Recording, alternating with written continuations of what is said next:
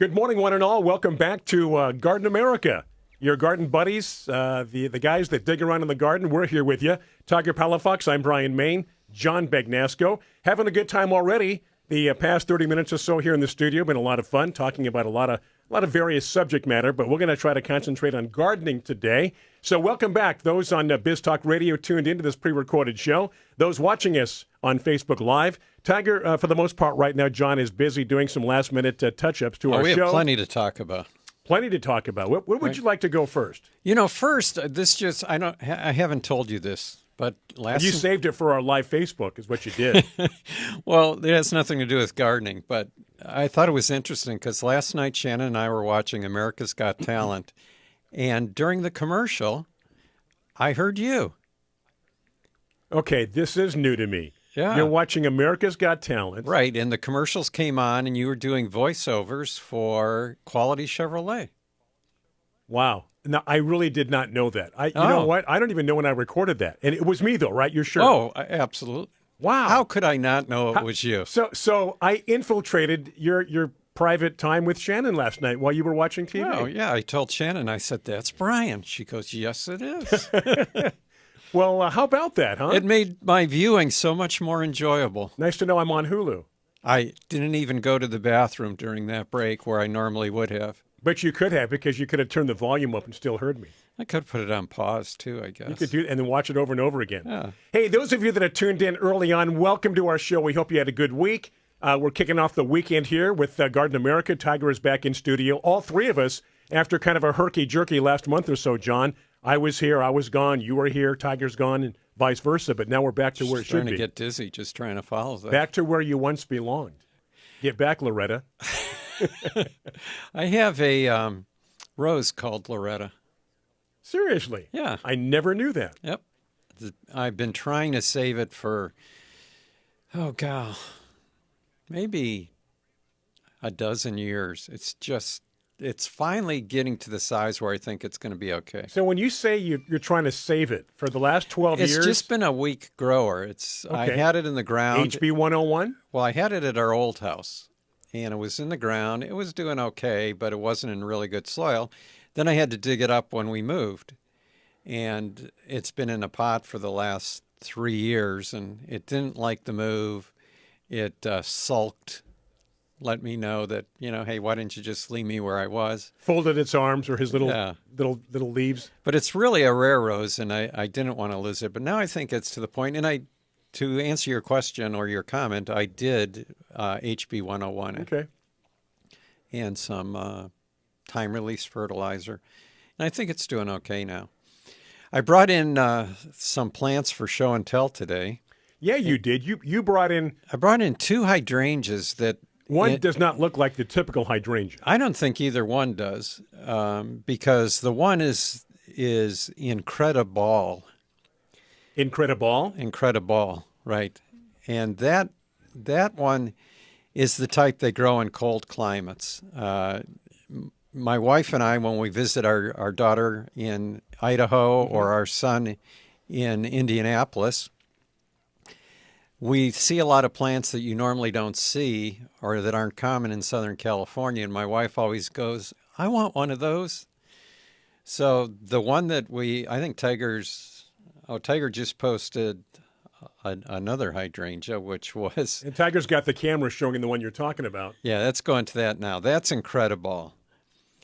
And that is not the regular mop head hydrangea. And this particular one that Tiger's showing now will take sun more so than regular hydrangeas. Which is why it probably does well in your neck of the woods, right? Because you're hot. Yeah, but they don't like hot weather. You don't see a lot of those in California, but you do see them in cold climates.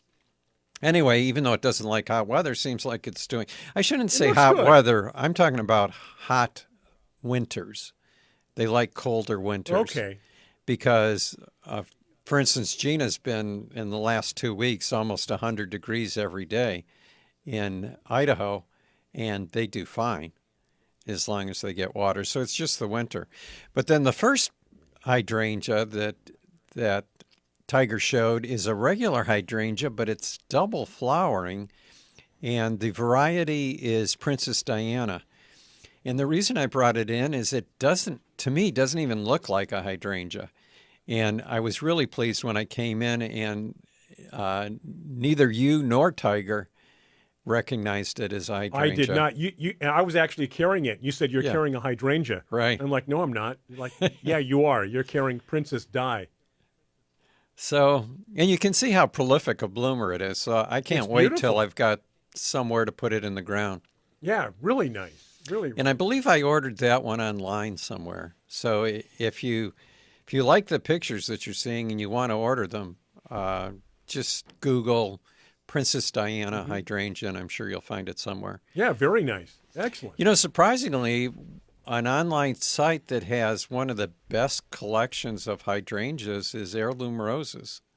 Really? Yeah, up in Oregon, they've got, I think, the biggest collection of hydrangeas I've ever seen. Who'd have thought? Heirloom roses. Who'd have thunk it? They have a lot of different collections, though, right? In the sense of they have the roses, they have the hydrangeas. Then what else? They were into something else. I can't remember what it was. On there, but they starting to do little specific criterias of plants, Little which is classes pretty cool. of plants. Yeah. Yeah. Which is, I guess, if you think of hydrangeas, I would think the opposite of roses, because you've got roses for sun, they don't grow in the shade, and hydrangeas for shade, they don't grow in the sun. So maybe they figure they get both types of clients that way. Sure. Or even if you have a sunny home, you've got to have shade somewhere, even if it's just the north side, right? Right. You want something over there. So anyway, it's good to be back. All our regular listeners saying good morning. Shout back to Rochelle and Carolyn, Lenore, Jimmy, Rick. 2 listeners from Idaho We've today. got all the standard people Yeah. tuned in. When I say standard, those we can always rely on. Yeah, and a favor to ask everybody that's watching today, because we couldn't get our Facebook live to share via Garden America. Well, we couldn't go directly onto our page. Right. So it went through my page to get to Garden America's Right. page. So if you share it again, I think more people will be able to see it, because it kind of restricts it as far as when it's on certain pages. So. Right. Right. I shared it Share to my away, page. please. Basically, what you had to do was begin the show on your page and then share it to our Facebook page, Yes. because we had to work our way around some of these technical difficulties. Yeah. We've never had a technical problem on this show. This surprises me. Never.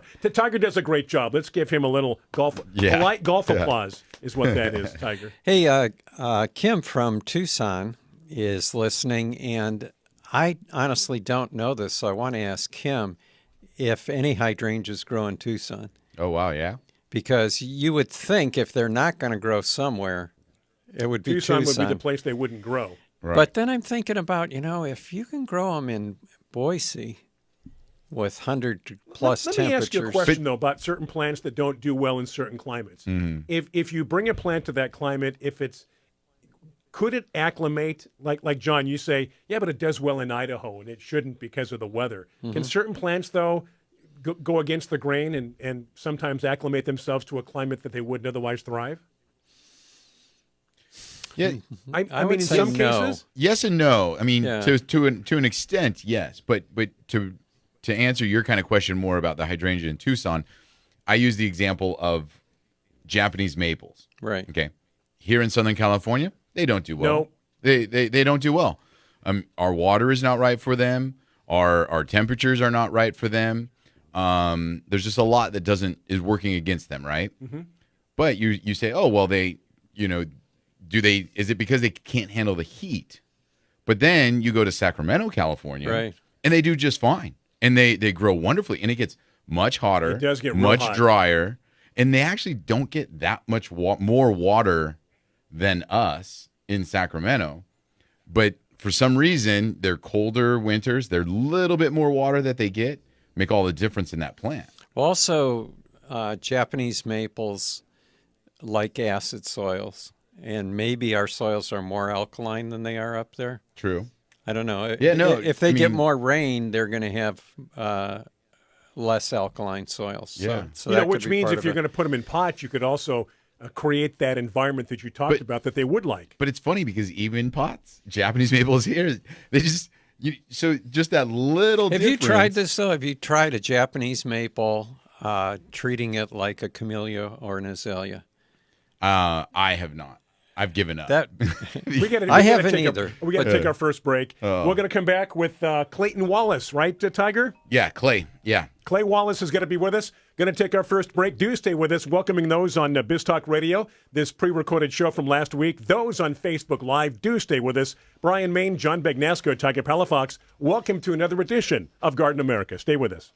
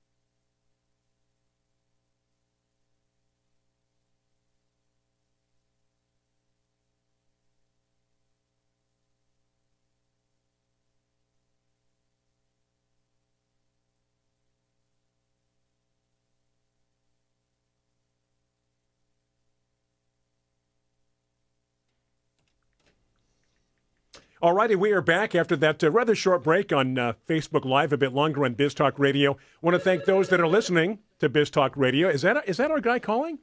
Could that be him? Yeah. Let's see. Let's do this live, shall we? All right. Here's how it works in the business. Hi, this is Garden America. Yeah, Clay, you sure did, Clay. Hold on. We are live on Facebook. I'm going to put the phone down, and we'll bring you up, so stay with us. Okay, here we go. So that's how it's done. We've had a lot of people that actually see us during the break call our guest, and that was our guest calling back, and you heard that. So we are going to connect with Clay Wallace. I got to push a couple of buttons, Tiger. Let's do John's quote of the week, and then Tiger can set up Clay Wallace, and I will bring him up through the board and get our audio underway, guys. Brian, today's quote is from the poet May Sarton, and she said, "Plants do not speak, but their silence is alive with change." I love that quote. I read that over and over again. You like the short ones, Yeah, I know. No, that's a quote. To the point. That's not a paragraph. Okay, Clay is ready to go, Tiger. Let's give a little background, bring up Clay, and get this started. By the way, those on Facebook Live, questions, comments for Clay or one of us, feel free in the comments section of our Facebook page. Tiger? All right. So this morning we have Clay Wallace joining us from Classic Caladiums. And we're going to be talking about the Caladium Festival this morning where, all kinds of wonderful plants, but most of all, caladiums will be showcased. Clay, good morning. How are you? Good morning. I'm great. How are y'all? Great. Now you're the head grower over there at Classic Caladiums. Is that right? That's correct.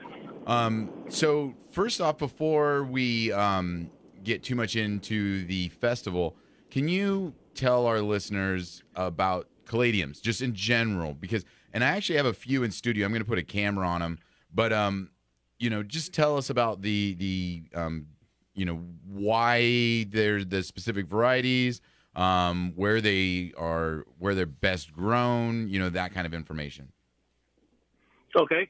So caladiums are part of the aroid family. Most people are familiar with that family, most likely with peace lilies and like Dieffenbachias, stuff like that. They're native to Central America, over in Asia. And here in the States, we've actually taken them and commercialized them a little bit, done some of our own breeding, and brightened up the colors and made them to where they're more impactful in the landscape as far as, the brighter reds and the brighter pinks, because most native plants just kind of blend into the background. And, I showed some different ones right now on our camera, and so you guys are breeding into some of the different colors. Is that right?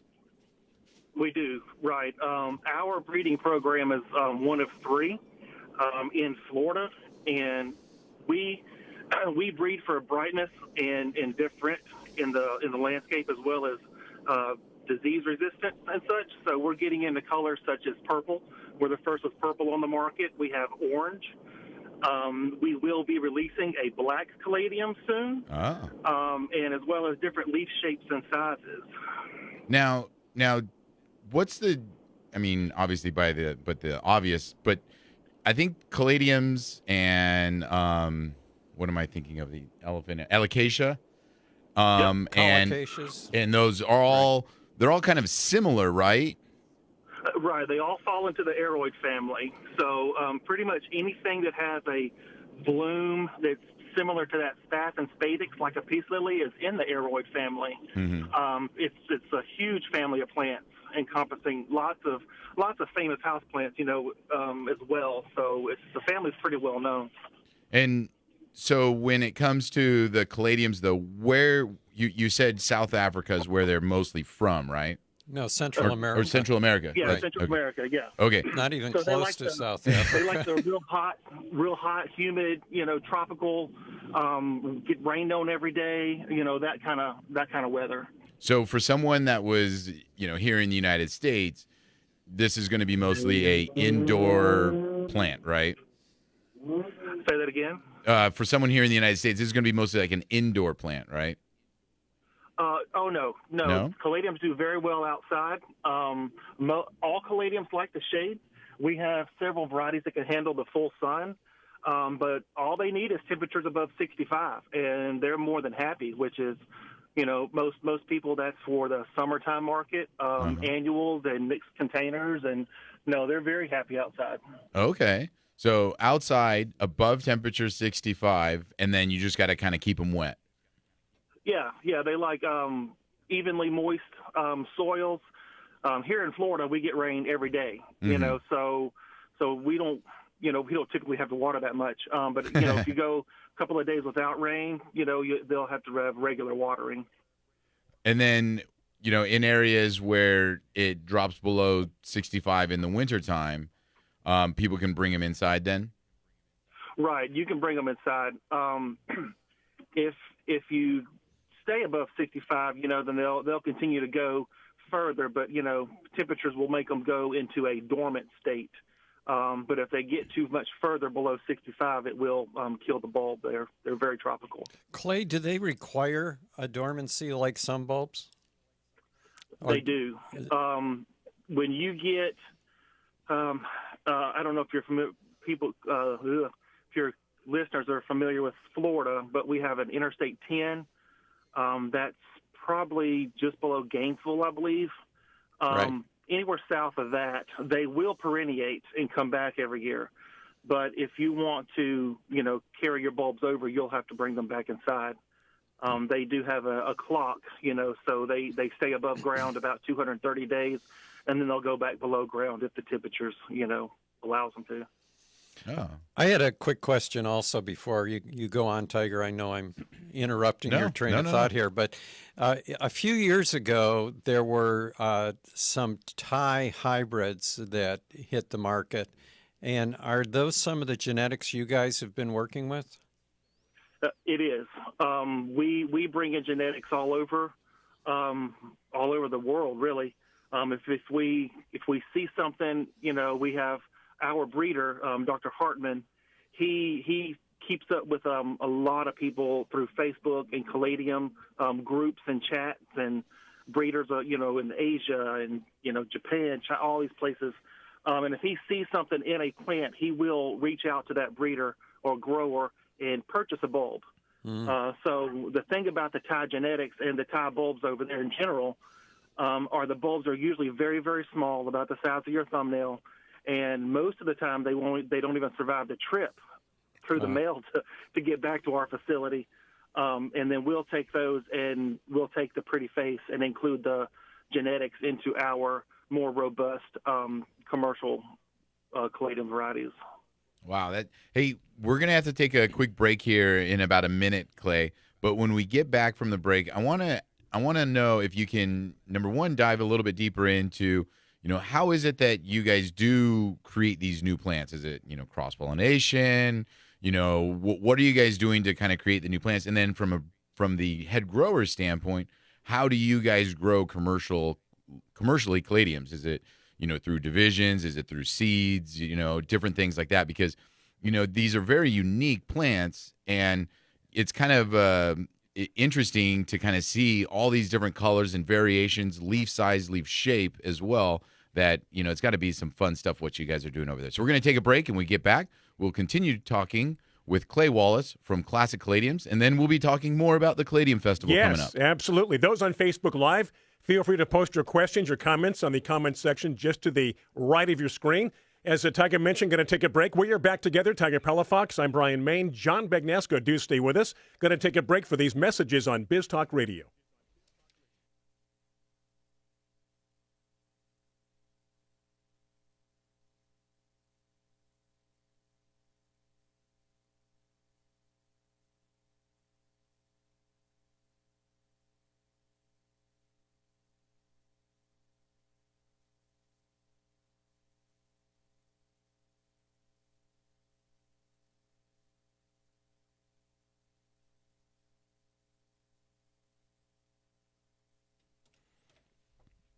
We have returned from our break. Those on Biz Talk Radio, Facebook Live, thank you for joining us back on this weekend.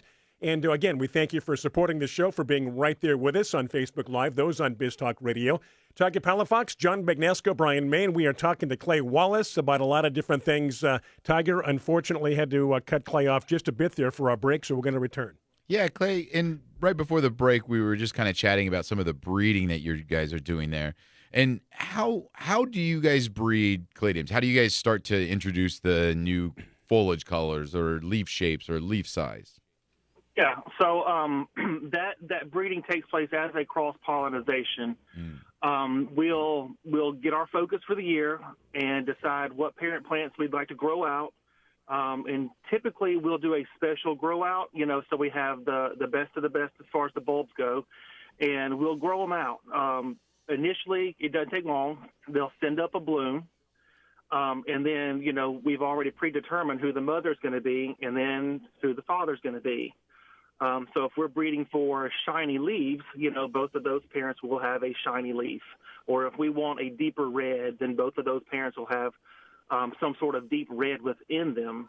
And then everything's got to be arranged the day before, because caladiums are only receptive within the first hour or two of daylight. Whoa. So we go in there the first, right at daylight. The female flower, well, a caladium flower is a complete flower anyway.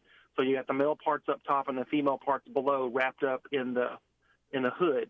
So the hood's trimmed off and the cross-pollination takes place, and it will be an aggregate style bulb, well, not bulb, but fruit, and that fruit will swell like a pineapple getting ripe. And then that pineapple, once it gets ripe, it'll actually burst open, and then we'll go in there. We've wrapped it with a gauze so we can collect it once it bursts. The seeds are cleaned up, and they're allowed to dry for a couple of hours, and then they're immediately planted right after. If you let caladium seeds go any further than like 8 or 12 hours from drying out or ripening, the seeds are no good. They're all dead. So it's a very, very time-sensitive process. Yeah. So you're actually kind of like roses, John. Like every year, you could be moving closer in the direction of what you want, right? Meaning, like if you're moving towards a deeper red, you breed towards this deeper red, and then you get to a point that year, and then the next year you can maybe go a little deeper as you want, right? I mean, so every year you're kind of modifying these plants. So every year we do somewhere around 30,000 new seedlings, and for our farm, it's a 7-year process of vetting that seedlings. So in the first year, we look for, pretty faces and different attributes we would like to maybe, hang on to, or if there's a leaf shape we see that comes out different, just pretty faces in general. And then we'll separate them out from the community pot that we plant the seeds in, and what we don't find any interest in all gets discarded, and so we do that for 7 years in a row. And at the end of that 7 years, we only wind up with probably 2 or 3 out of that 30,000 that make the grade. Yeah. And then that 2 or 3 is an individual bulb. So that individual bulb is cut up, and multiplied as much as the bulb will let us. And then that's taken to our farm, where our farm manager cares for what we call the research plot. And out there's anywhere between 12 and 13 different thousand Caladium varieties coming through the pipeline, being evaluated every year. What makes the grade, and then once they get to the farm, we no longer look at the pretty face. We look at commercial potential. Okay. So by the time you've got out there, you've got the deepest of the reds, and you may have 30 of them out there. Well, within that 30. What's going to be the most commercially viable, economically feasible for the farm to produce. And then they get discounted from there. And then how does the farm produce them? What do you guys do to start production on these plants? So our farm is a very intensive style of farming. We grow on raised plastic beds, much like the vegetable producers will have raised plastic beds with holes punched in them. And we will individually hand cut and hand plant our seeds. And then it's a double row of irrigation tape under the plastic. All of the nutrients is fed through the irrigation, and they're intensely farmed for 9 months. And then we'll go in there and harvest the bulbs. Okay, man. So start to finish, you're looking at how many years for some of these varieties that are being introduced? Like for instance, the varieties that were introduced this year, was this started 10 years ago? Right. Start to finish minimum is 7 years. Okay. There's some that, maybe on the 7th year it had a hiccup or it didn't produce like it did the year before. If we see any kind of inconsistency, we'll stop it and hold it for another year. And maybe that was just a bad growing season, or maybe the irrigation failed that day. Something happened to cause the yield to go down, or the plant to fail. So we would hold it back another year to make sure that was just, an anomaly and not like the going forward with the consumer experience. We want everything we put on the market to be the best of the best, and everybody to have good success with Caladiums. Okay. And you did say 2 out of 30,000, right? Oh, yeah. My gosh. Yeah. Yeah. That's his definition of best of the best. Yeah, the best, I would say so. Yeah, really. Yeah. Hey, Clay, do you rely only on division, or can you employ tissue culture to get up to the quantities you need once you've decided on a variety? We do employ tissue culture, but not as a means of replication. Tissue culture in itself is very expensive. Mm-hmm. So our varieties go through tissue culture about 7 to 8 years. Every 7 to 8 years, we send a group of mother plants through tissue culture to have them rejuvenated and brighten the colors back up and keep that bulb as young and useful as possible so it has the most vigor when it hits the commercial market and the consumer plants the bulb. We want that thing to jump out of the ground. Mm-hmm. That's something different that our competition doesn't do, as well as the raised plastic beds. We're really trying to set a new standard for Caladiums. Hey, speaking of the new standard, I was wondering with Caladiums and Colocaceas and plants like that, when it comes to the bulbs, is bigger better? Bigger is better if you want fewer holes to dig, right? Okay, good answer. So in a landscape, as far as consumers in the landscape, if you want, a little bit larger leaf, more out of the ground at the one time, you'll want to go towards your larger bulbs. Caladium bulbs are on a scale of mammoth being the largest, right, coming down to jumbo, number 1, and number 2. Most bulbs sold on the market, as far as what a homeowner can get a hold of, is not a number 2. They'll see ones and jumbos mostly. Mm-hmm. Okay. So we got the festival coming up next weekend, and it's in Lake Placid, but not Lake Placid, New York. Lake Placid, Florida. Did you know there's a Lake Placid, Florida? No, I did not. Yeah, Lake Placid, Florida, next weekend. Tell us a little bit about what people can expect at this festival, Clay. Well, a little tidbit, on the Lake Placid deal. Actually, a man from Lake Placid, New York, founded Lake Placid, Florida. Oh, really? So there's our connection. Got it. So what people can expect at the Caladium Festival is almost the whole entire downtown of Lake Placid is shut down. It's about 150 vendors surrounded by 4 Caladium producers. That would be, and each of them have a 10. I think our tents are 20 by 30. And some of us specialize in bulbs, whereas others specialize in plants. Our tent has both. We do bulbs and plants of all sizes. You can get, anything from as small as a multi-pack flat of caladiums, all the way up to hanging baskets and large mixed containers and combos and stuff like that. So it's a good time. There's live music and food trucks and other arts and crafts and other plant people, just not caladium people. There's only 4 commercial people there, 4 caladiums. Okay. Hey, we're going to take another break here in about 30 seconds, Clay. When we get back, I want you to tell us maybe about some of the new varieties that at least you guys are going to be bringing to the festival, as far as what you're excited about, what you're going to have there. So when we get back from break, we're going to continue chatting with Clay Wallace with Classic Caladiums. Absolutely. And again, those on Facebook Live, questions, comments for Clay, right there on our page there to the right-hand side where you can chit-chat with each other, our comment page. Those on Biz Talk Radio, thank you for tuning in to this pre-recorded show. You can catch us live every week starting at 8 o'clock on the West Coast Eastern Time Zone, right there at 11 o'clock, and you can interact with us live on Facebook. Going to take a break, as Tiger mentioned. Tiger Palafox, John Begnasco, I'm Brian May. Back after these messages. Our good friends, our supporters on Biz Talk Radio.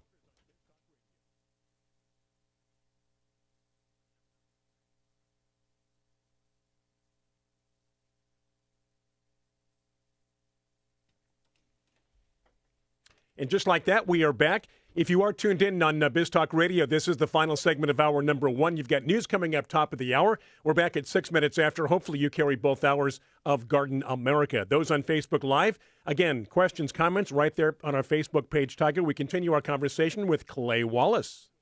Yeah, Clay, right before the break, we were just chatting about the Caladium Festival that's coming up in Lake Placid, Florida next weekend. In all the fun stuff that's going to be happening. Now, Classic Caladiums is going to be there with bulbs and plants, you said. Are there some varieties that you're excited about that you're going to be sharing there at this event? We are. We have 16 that we're currently looking at to introduce. And we are using the festival as a information, kind of digestion place. We want all kind of feedback. We're bringing all 16 to the festival. There'll be large pots, specimen pots of each of the 16. At the festival, we'll have the plants and the bulbs for sale, but we're really looking for feedback. We've got stuff that we're calling ribbons. The leaves themselves are real long and sword-like. They're real narrow, like a shoestring. We've got some that are a deep burgundy with pink spots. One of my favorites is called Grand Slam. It comes out, and it's a very orangey pink with red veins, and then it doesn't fade, but it turns to like a more regular, quote, pink with dark red veins. We've got 3 landscape varieties we're bringing. They're going to get the 2.5 feet tall with the huge leaves on them. One's called Charity Rose. But just a lot of exciting things we're bringing to the market. We've got a dwarf that we're calling Wish Granted. It's a cream and green, and as the leaves age, they turn a light pink. So you're going to have a plant there that looks like 3 different plants in the same flower bed. Lots of stuff like that. We're pretty excited. Yeah, I'm going to share your guys' website on our Facebook feed right now because there's so many neat varieties with, different colorations, different size leaf, different shaped leaf, like you're saying. And so, you just never know. And then, the shiny thing. I've mostly only seen them with that kind of like more dull finish on the leaf. Yeah. But the shiny leaf, the varieties that you're showing out there, I'm looking at one called Rio Summer, and just super unique, super neat stuff. So, I'm going to go ahead and share this on our Facebook feed right now. And John's got we got a question, don't we, John? Well, one of our listeners was just wondering, you live in Florida, so you have perfect humidity for growing aeroids. And some of the drier climates, the caladiums don't do as well in the ground, but by growing them in containers, you can have a pretty good showing of caladiums. And one of our listeners wants to know if they were making a mixed container, if you could recommend any companion plants to go with the caladiums, or are they better? Or are they better on their own? Oh no, caladiums really do mix well, and it'll be dependent on what you want your caladium to be the focus. Do you want something tall? Is your caladium going to be your thriller? Do you want something that's going to be a little bit shorter and fill out the pot? So you're going to have the caladium as a filler. We regularly blend caladiums with fern, and it's also going to be dependent upon if your caladium's going to be in the sun or the shade.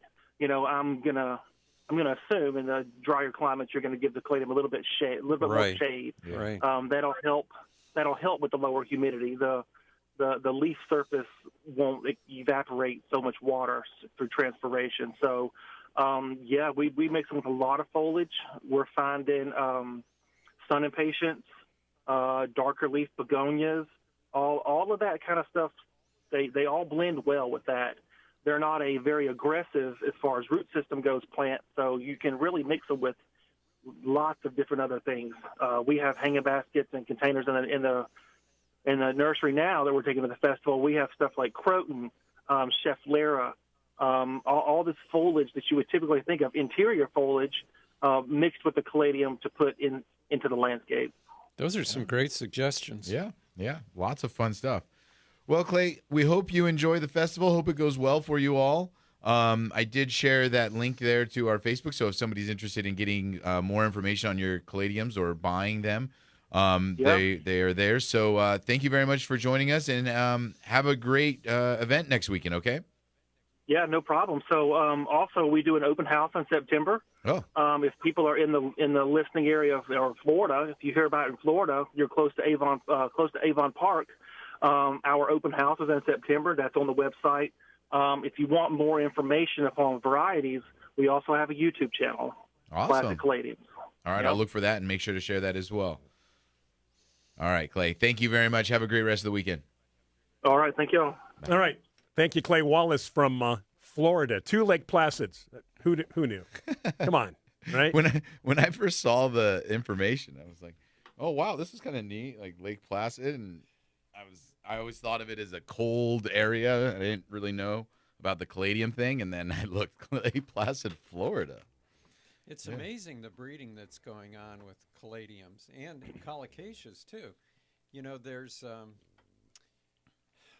I've lost them now, but there's some really cool colocaceae out there. I think the stingray is one of them, which is a leaf that looks like a stingray.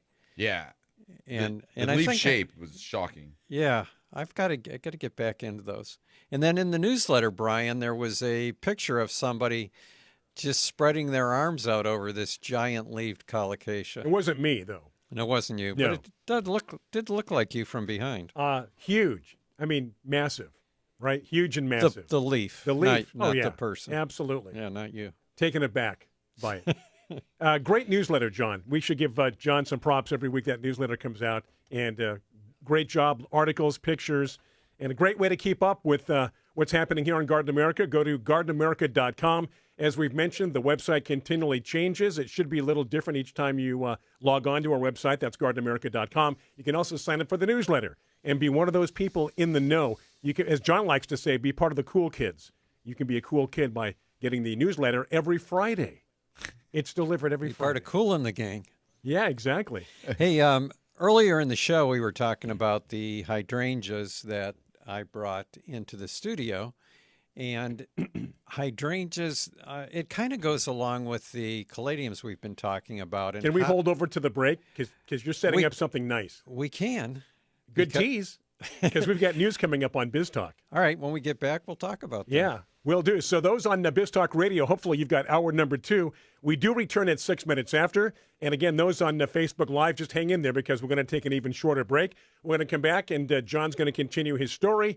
Again, on Facebook Live, questions, comments, be sure to post them right there. So with that in mind, we're going to take this brief time out for news on Biz Talk Radio, returning even quicker here on Facebook Live. Stay with us. This is Garden America.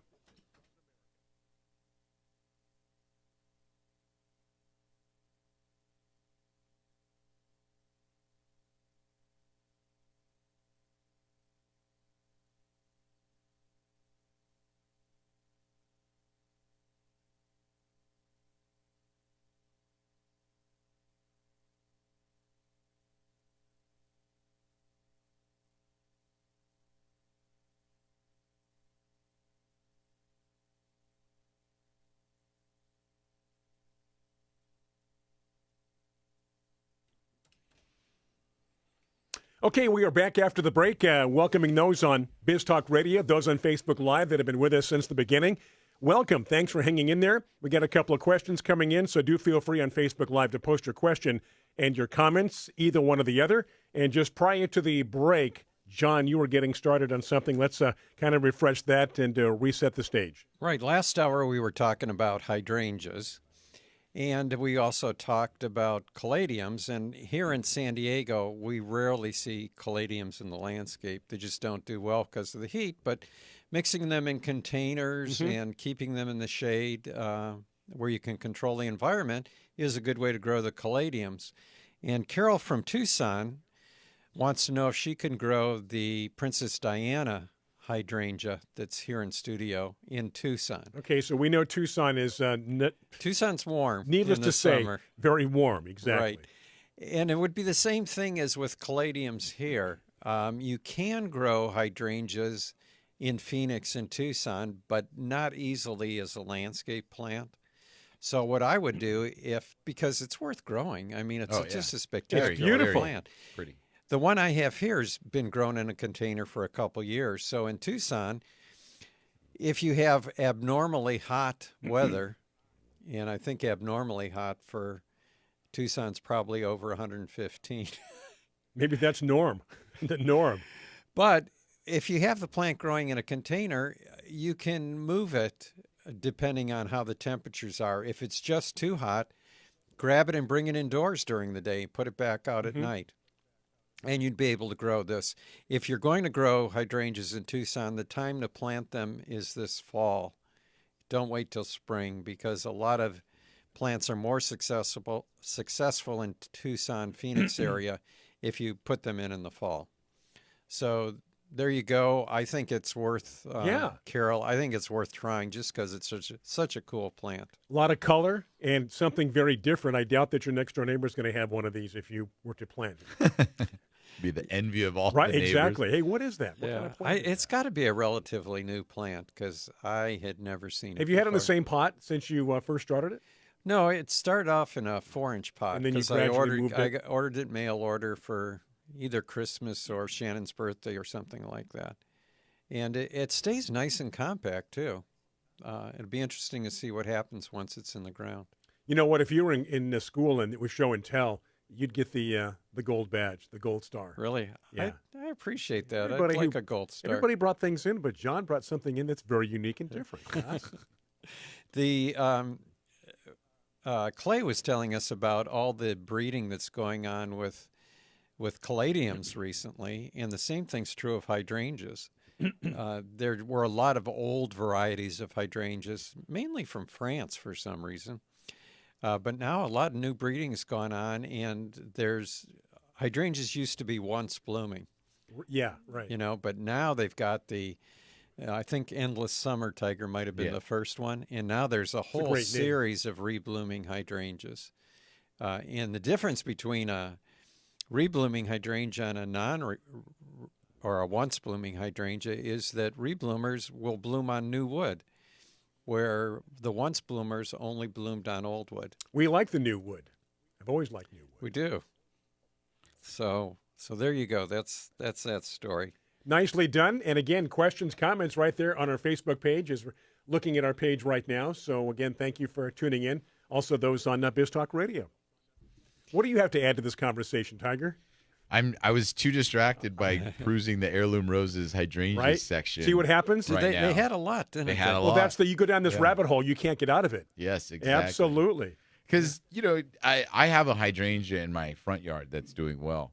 So I'm like, oh, I have room for more. Hey, you liked that picture of the flower I sent you, didn't you? On my Picture of the flower you sent me. oh my Was it a Plumeria? Plumeria flower? Yeah. Yes, that was I the one like the Tiger color. gave me. I like the that, color on that I transplanted, and Yeah. then it basically we had all the rain over the wintertime, and it just flooded. And I thought, oh man, this thing's gone. It's come back quite nicely, beautiful flower, and doing well. I have a Plumeria for you. Do you really? I started some cuttings. I'm pretty sure that my son and daughter-in-law are not listening, so I'm going to tell this story.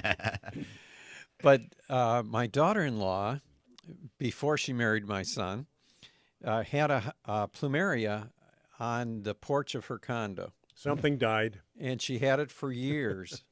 And after they were married and moved into their home, which is on our property, was on our property, she brought it with her.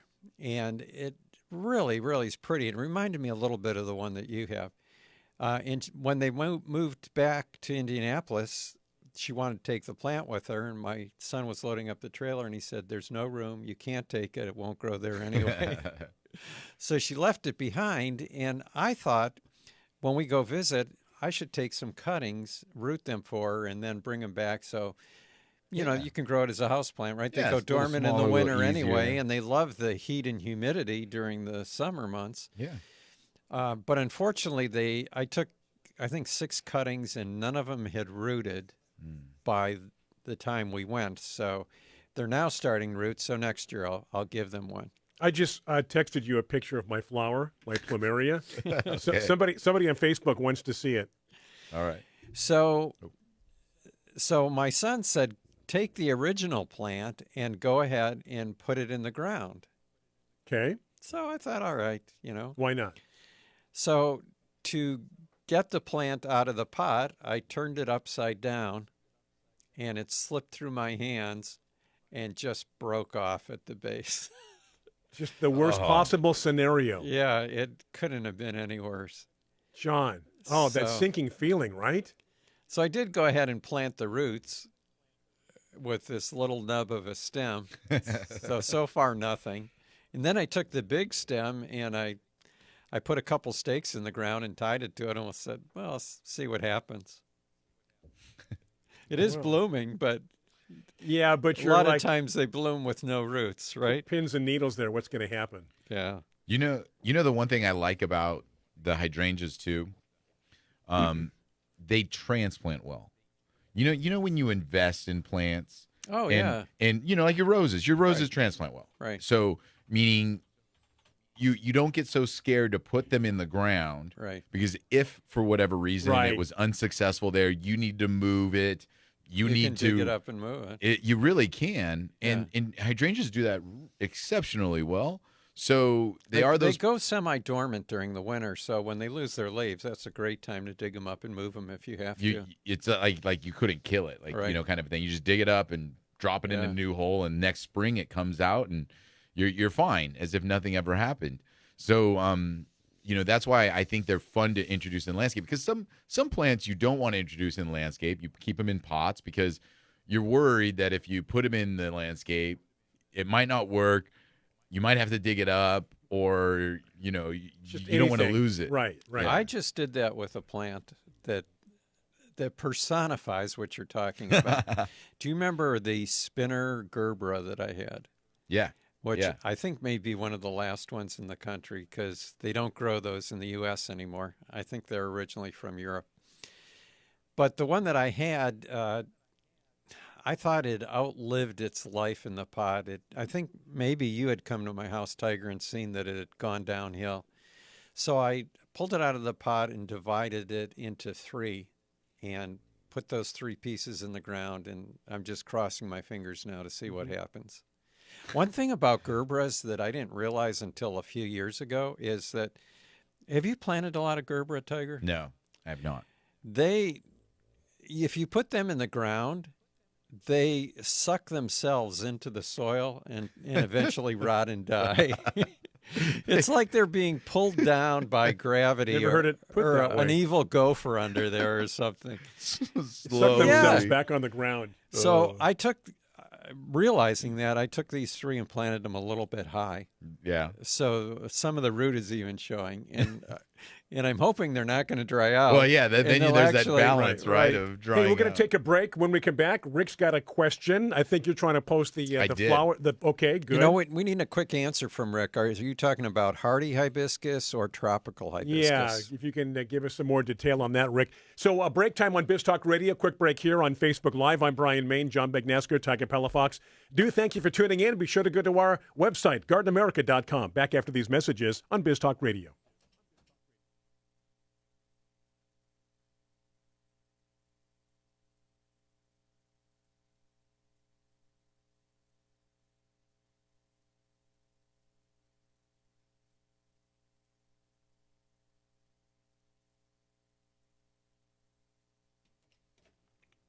Just like that, we are back from the break here as we enjoy the weekend together. Happy Saturday afternoon, morning, however you're listening to us, be it digital, streaming, maybe it's radio, maybe it's Facebook Live, maybe it's both, maybe it's our YouTube page. You're watching a pre-recorded show on our YouTube page. By the way, this show will be uploaded early this afternoon on our YouTube channel, Garden America Radio Show. And, of course, so you can go to our Facebook page. Several ways to watch this show again. If you like this show, somebody in your family, a relative, we bring up something they might be interested in, then point them in the right direction here on our show, Gorgeous Garden America.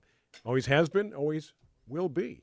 Now, Rick. Always is a long time. Rick says hardy. By the way, Tiger did post that Plumeria flower on her Facebook page if you want to take a look at that, the one that I'm currently growing. And John will have it in the newsletter next week. Right. So if you do get the newsletter next Friday, It'll be in under there. What's growing in our gardens. Okay, You'll see a Rick. picture. Okay. Okay, Rick He says... says hardy, by the way, Right, John. and Rick lives in Star, Idaho, and he says that he just got a collection of hibiscus. And I think most people realize that tropical hibiscus, like we grow here in California, will not grow in Idaho. But there are hardy hibiscus, which are perennials and actually die to the ground during the winter and then just come back up in the spring. And they have large flowers, some, like 10 inches across, almost a foot across on some of them. So he wants to know tips on growing them now. Unfortunately, this is probably the worst time to plant them in But the Idaho. information will still be good. Well, he's got them, so he's got to do something with them. And if it was me, I think I would put them in containers, You have more control, don't you? like 1 gallon pots or something. And they will grow in full sun eventually, but the last 2 weeks, almost 100 degrees every day. That's just maybe a little bit too hot for transplanting. So I would start them off in containers, either 1 or 2 gallon containers, depending on the size of the roots. And then in the fall, after they go dormant, I would put them in the ground. And they should come up in the spring and they'll be fine. You camera shy? You gonna? I'll move. Yeah, I'll move. I wanted to show off the plants. No, absolutely. Hey, by the way, speaking of plants, guess what I'm noticing on my citrus tree? Flowers, fruit. Little green fruit. Yeah. Now it's late July, middle July, early August. Right. Typical. Yeah. And it would start to come to fruition now. Yours is a mandarin, right? And It's didn't we talk about the one that he had was like winter ripening or something? Well, that's what I thought. Like little cuties, right? Yeah. Mandarins. Yeah. No, the one you have ripens from the end of December all the way into May. Yeah. So winter It's into the, spring. So I'm just now starting to see the little fruit. Yeah, exactly. It's called gold. Something. Yes. Nugget? Yes. Gold nugget. It is gold No, nugget. It's is it gold something. nugget? What is it? It's not gold nugget. No. Cal, I don't know. We go through this every time, For some and reason, that's and I say I'm going to remember it, and I don't. Yeah. They're very hard You to need a plant label maker. I've got. You I know can what? make you one. You If made you know one. The, if know you what know the did? name. You made one, Green Planet. I know. And I put it in the pot, and I'm so proud of it. Yeah. And I Tell go, me the name of the plant, gosh, and it I'll would be make nice you a if label. the rest of them had these labels. What, but by they're the hard way, to see because they're green and they hide behind the leaves a little bit. But I'm like, See, no, I look, have no trouble because mine are doing the same thing, and they stand right out because the leaves are pure yellow. I was gonna say. right? I was gonna say because you have no leaves. No, I have leaves; they're just pure yellow. Yeah. So Total nitrogen we'll see. deficiency. We've been harvesting tomatoes all summer. Things are looking good. I was going to mention, though, about the labels. The one plant in your entire yard that you don't need a label on is green plants. Exactly. That's the easiest to remember which That plant it is so true. Now, Yeah. I've got the Nimbus Rose. I've got Lemon Spice. Those I can remember.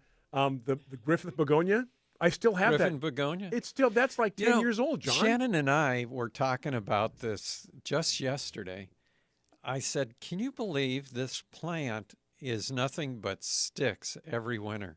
The Begonia, the Griffin Begonia, right? Yeah, the leaves all fall off. You got a bunch of sticks. It looks terrible. And now the thing is gigantic, just full of leaves. Why does it act like a succulent? Does it act like a succulent? Because I can It break doesn't. off. I can break off one of those little, or they'll fall off, and then just reroot. and they reroot, and they act. To me, it acts like a succulent. Like you yeah, can't but kill they this need thing. a lot of water. Yeah. Right. But Yeah, I I'm mean, saying they'll wilt. they're very hard to kill. Yeah. Like you say, in the wintertime they look terrible. Like Yeah. I gotta, and you I don't gotta- start them from leaves. You're talking about pulling apart a stem. Exactly. Yeah, That's you exactly- can easily yes. divide it. You can divide it very easily. Yeah. But just when you think I got to toss this thing away, it doesn't look good, and then it comes right back. And Yeah. obviously, too, it'll let you know when it needs water. And that's One of those I'll tell droopy, you something else sad that droops plants. is hydrangea leaves. Yeah. When they need water, they'll let you know. They Yeah. droop and they come right back. Yeah, Lenore says gold nugget. And Gold. I think Lenore's right. Maybe Yeah. gold nugget. yeah, Yeah. that's the mandarin that you have. Yeah. You're right though. Of all the labels, Green Planet, like I need that one. Dana probably wouldn't even need a label for Yeah. that. Exactly. And that's sitting by knows? itself at the end of the walkway. So that's it's got its own little area. So I mentioned that as we visit my son and daughter in different parts of the country, my wife sees all these plants and Oh, says, wow. "I And want she one wants of those." them, and you say they won't do well in San Diego. So yesterday I planted a mock orange, Okay. and I don't know if I've ever seen one in San Diego. I was gonna say which one. It's a French name. You say mock orange? Yeah, Okay. but in California we call Pittosporum. Pittosporum mock orange, but back east they call the mock orange is Philadelphus, which is a deciduous shrub, and has white flowers and extremely fragrant. Yeah. And my daughter planted one in Idaho, and my wife saw it, and my daughter's been raving about how great the fragrance is. So my wife wanted one. So I couldn't find the common one, but I found this one, which is a French hybrid, an old French hybrid. I think it might be maybe Belle à Toi, which would be beautiful star in French, or something like that. Anyway, I got it as a 4-inch plant from Annie's Annuals Oh, okay. and put it in the ground. So we'll see how it does. It's one of those plants that may or may not grow here. Yeah. But I think John's it like probably me with let's see what happens. Let me do this to the plant. Let me put it over here. Let me see what it does. Oh, it doesn't grow here? Let's see if it does grow here. And now Shannon wants a rose of Sharon. We were in Indianapolis, and on our walk, she said, "Oh, I want one of those." And I said, "Well, that's a rose of Sharon." "Oh, why don't we have those?" "Well, they're deciduous. That we have hibiscus. Why do we They need must like that?" the humidity back there as well, right? That's one that actually will do fine in Southern California. It does like the humidity, but most plants like humidity except for, as you were mentioning, succulents. cactus. They don't really like the No, humidity. they want the dry. They thrive on dry heat. But other plants like the humidity. Okay. But I think that one will do fine. Okay, we're going to take a break here. We have 2 more segments. Those that are tuned in on Facebook Live want to get your questions, your comments in. We'll do our best to answer those. Remind you, too, we talked about the many ways of watching, listening to the show. Also, our podcast, which Daniel, our IT guy, packages up and puts on Facebook Live and various places as well. No excuse not to catch a Garden America show. So with that in mind, here on Biz Talk Radio and Facebook Live, we're going to take a break. Back with Tiger Palafox, John Bagnasco, Brian Main here on your weekend with Garden America.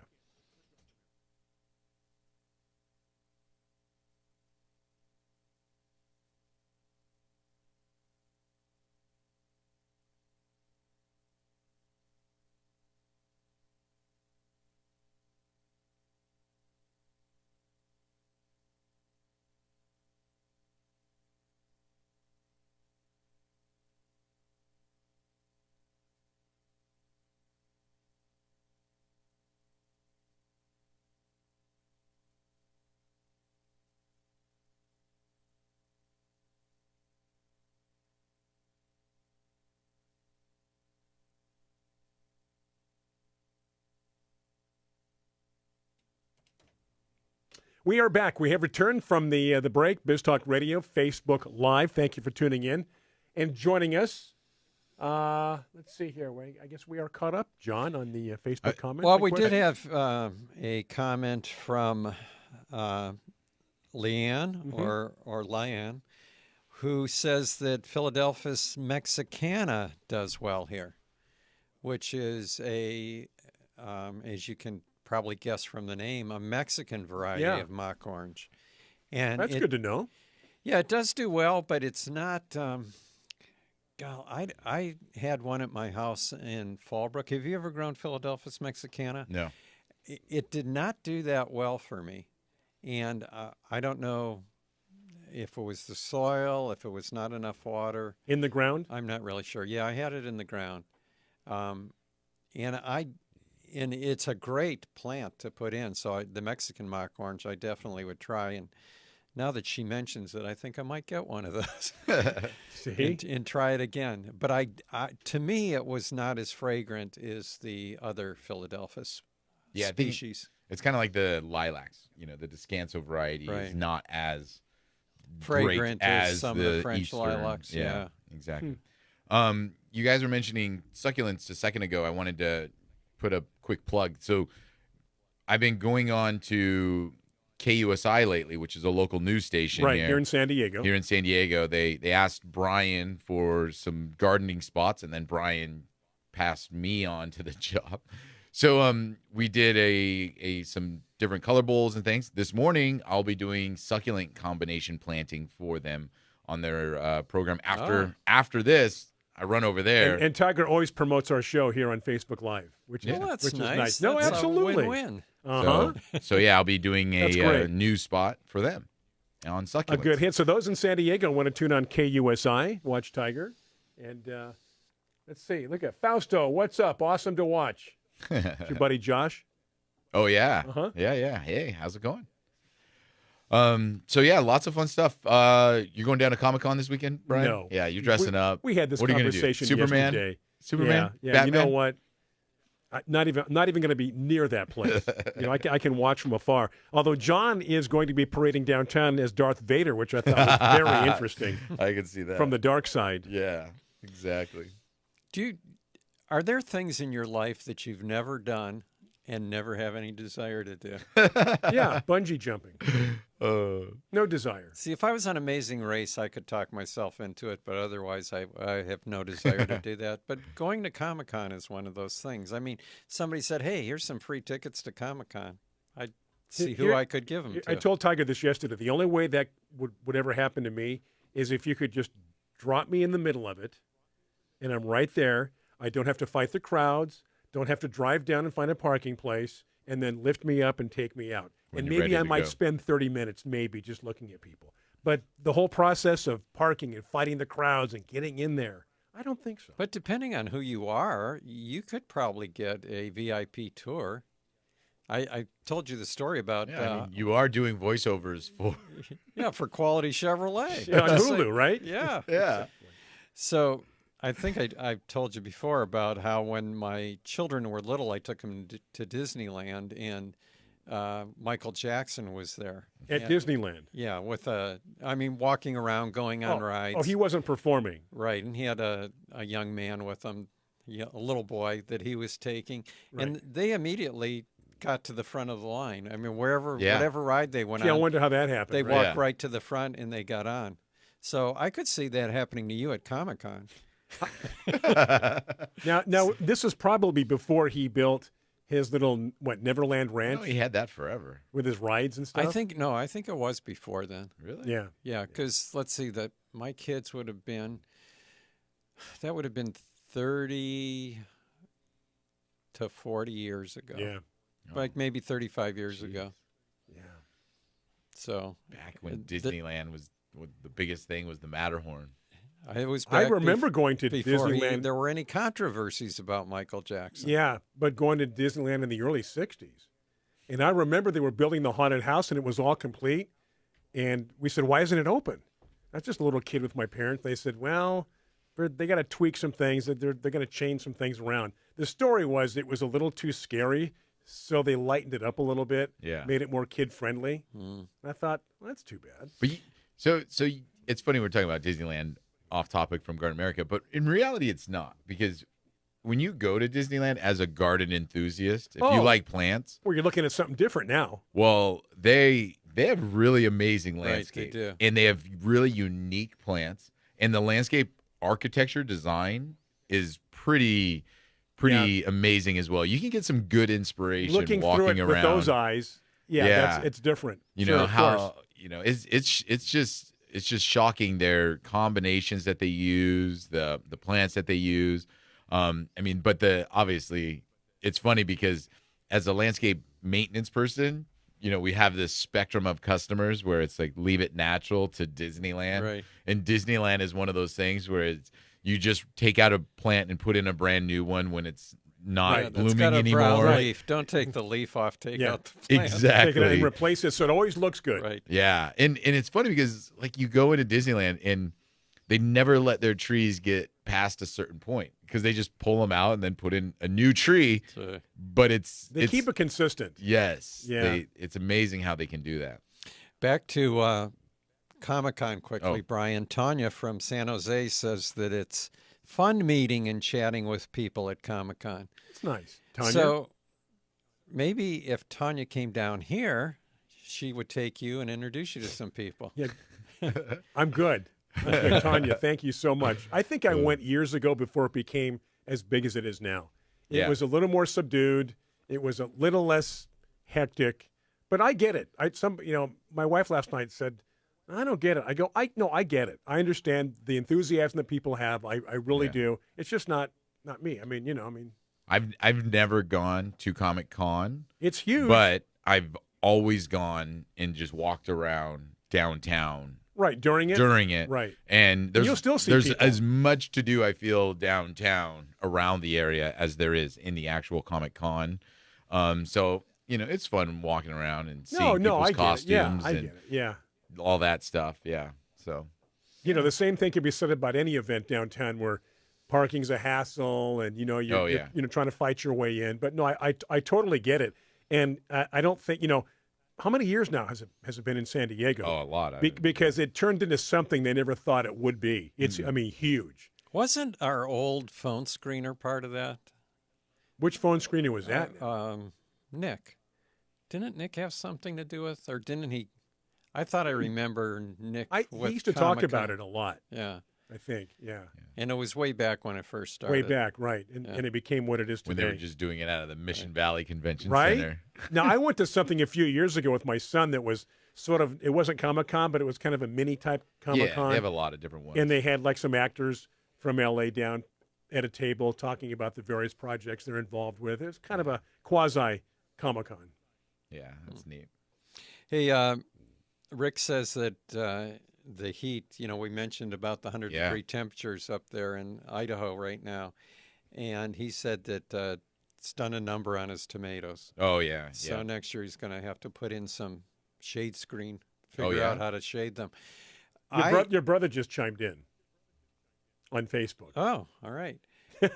We'll see what he has to say in a second. I wanted to finish though. Yeah, go ahead, John. Because I had my first. I told Shannon yesterday, hey, she planted 3 tomatoes this year, right?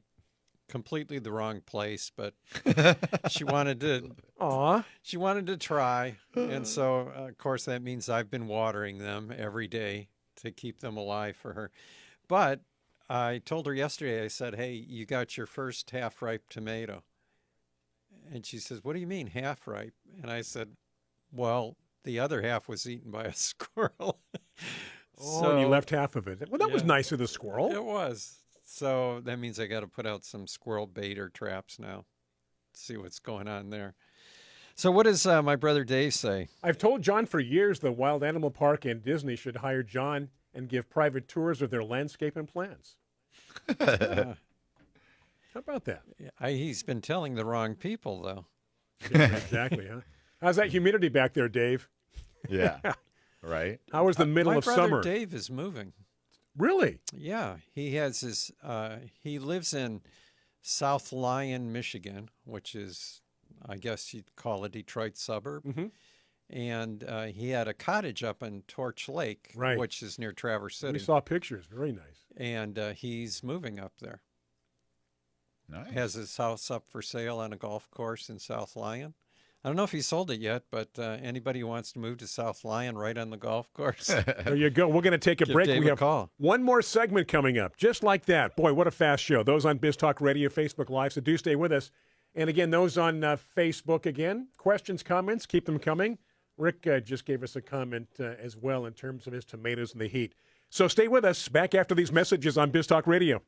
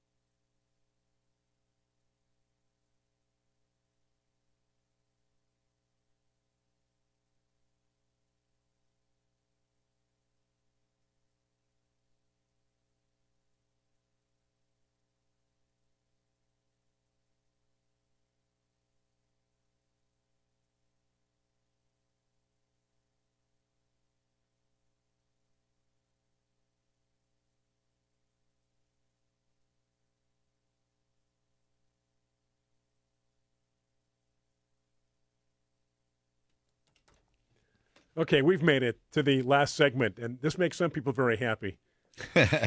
One more segment, Get to that's the it. end. And we are back here on Garden America. Dave said sold, and Rick's still going to deal with his tomatoes and his coverings next year for those that are just tuning in. I keep my tomatoes in part shade. I Do just you? do. Just because Mine it are just in part seems, shade. It just seems easier. Your whole house is in part shade. You live near the coast. Yeah, but it just seems easier. I don't have to water as much and worry about as much. Ah. And I'm happy with I'm it. part shade, not by choice, Yeah, you don't but have. geographically. And they do Yeah. well. They do very well. Yeah. Mine, for some reason, well, first of all, they've never been fertilized this year. They were planted improperly, Yeah. terrible soil, and the plants are gigantic. Nice. I mean, they're just huge, but just starting to form tomatoes now. But that just kind of goes back to what you've always, preached to some extent, is that you planted them in the ground. Is that? No, they're No. in raised beds. Oh, no, they're in those raised beds. Those raised oh no, beds. that's an achievement. 'Cause Yeah. I was gonna say because They you've should not always be in those you've things. always touted that our ground does have fertilizers and you know, Right. so I was thinking they were in the ground, Right. but in those raised beds, maybe those beds needed a year or two to cool off. Maybe that's what it was. Well, I think they needed a lot, and they needed to not have tomatoes planted in them. Yeah. Yeah. So Jimmy wants to know John, what do you use for squirrel bait? My answer was Shannon's tomatoes. Well, I do two things. One, I have a squirrel trap that I try to use first. And the reason is because for squirrel bait, I use Wilco squirrel bait. God, Wilco's been around forever. It has been around forever. And I use a bait trap so that other animals can't get into it. But the thing that concerns me is secondary kill. And I wonder, if the squirrels get out and they die somewhere, is some other animal going to pick them up? Right. Coyote, Coyote. raven. Right. But I think Those for things. the most part, squirrels are going to be in their tunnels when they die normally, so it won't be a problem. Or at least I cross my fingers and tell myself that. Helps you sleep at night. Yeah. But Isn't it amazing how you don't see more dead birds on the ground? Wouldn't you think of all the birds that are flying around that we'd All be the birds. tripping over dead birds all the I see time? dead birds everywhere Where? on the ground. Where? Tell Oh, me. where First he of all, lives. right next to picture windows. I don't see any dead. I haven't seen a dead bird on the ground in I don't know how long. Really? You would think just walking down the street, you'd see dead birds. You ever see any baby pigeons? No, but I've got a dove in our patio that won't go away. That was raised by a couple of obviously dove parents, Right. and he's kind of made a home in our patio. I thought they were all hatched and Oh yeah, they but left. this one decided he likes the patio, and he's not going anywhere. Are you feeding them? I don't blame them. I'm not feeding him. Somebody in my family is feeding him, putting water out there, and yeah. I bet your cats like watching Oh, them. let me tell you, it's the best, especially because there's food right next to the sliding glass door. They can get within 6 inches, and they think it's the best thing in the world. Yeah. So, All right. What else you use for yes, bait? John, squirrel bait. Wilco. Sorry. That's it. And the Okay. traps. Just the Wilco Just and the the Wilco. traps. Because that was, obviously it's different for other parts of the country, but that was a big reason. I almost think for the gopher bait, you cannot buy the one with strychnine in California anymore because of the secondary Yeah, exactly. poisoning thing. So I think that if it's the Wilco one that can be sold in California, I don't think you have as much concern with So it's with, not strychnine in there. with the secondary okay. killing. Now, like I said, in other states, they Right. don't have as much strict. rules, and there's a lot of baits out there that they have to be careful with out there with Right. this, because they have, the strychnine baits are usually the ones that create that problem where you have a dead gopher, you have a dead squirrel, you have a dead rabbit, and then a coyote, a raven, other Big birds of prey will pick those will suckers go up. and Sure. start to find those animals. Right. Then they eat them, and then they die. And that's the problem. It just kind of carries into them. But a lot of things in California that are sold in California are listed for not that problem. Well, now when I go home, I'm going to have to read the label and see Yeah. what it is. The label is the law, John. I want to reiterate that. Yeah. We've got a couple of minutes to go. All right. 2 minutes, that's a long time. Yeah. It Dana can be. says that your cats are watching the baby dove right now, I even bet. as we speak. I bet. Yeah, that bird's not. You're going to have to get like a little baby dove toy for them. It just means more maintenance in the patio. Yeah. Along Poop with and the mess bird poop and- and the seeds, the husks that go everywhere. Yeah. You're going to start having Niger plants coming up in your But you know what? This is like a kid that's like 20 or 21 years old that you got to leave home. Like it's time, go. You're past that point. And it's like, he's not going anywhere. Yeah. I have, He's happy. We've had a lot of finches Oh, yeah. in our yard lately, and I have a little tree in a pot next to the house, and they built a nest in there just recently. Wow. So I don't So know. that's late. Will they? We've had finches, we've had hummingbirds, Right. we've had doves. But will they lay eggs this time of year? Are they built? You said they're building a nest. Just built it, yeah. I think, even though it seems late in the year, I think they probably will. That's what they're doing. But yeah, I thought this was late in the year to do all this. I'm thinking March, April, May. Yeah. So probably, John. We learned a lot about doves over the past couple of months. They live for 2 years. They mate for life, and if they're successful building a nest and laying eggs and having kids, then they'll do it again in the same place. They have a special place where they go to get drinks Yeah, our after fountain. work, Our fountain. the Dove Bar. The Dove Bar. Okay. See, this is when you drop the mic and say goodnight, Yeah. folks. Hey, that is going to do it for this weekend show, this edition. We've got podcast. We've got our YouTube channel. We've got GardenAmerica.com. All kinds of places to watch our show. John's newsletter comes out every Friday. Be sure to go to our website and sign up for that. What else you got, Tiger? Anything? I have a Podcast you said already because Yes. we needed to push those. I can't remember. Yeah, the podcast. Yes. And our YouTube channel, of course, Facebook Live. John, what do you have? I was going to say we had a question from Tanya, but no time to answer. Go ahead, real quick. Okay, well, she wants to know why she can't get bonite systemic for houseplants here in California. She said Amazon said they can't ship it here anymore. And the only reason I can think of is that California has its own EPA. Yes, Label exactly. laws. And to register in California is extremely costly for just one product. So maybe they figured rather than register that product, which is not going to be high volume, they would just not send it here. All right. There you go. That's going to do it. Have yourself a safe rest of your weekend, a safe week, and we'll do it again. All of us back next week here. Brian Main, John Begnasker, Tiger Palafox here on Garden America. Be safe, and we'll see you again next week on Facebook Live and Biz Talk Radio.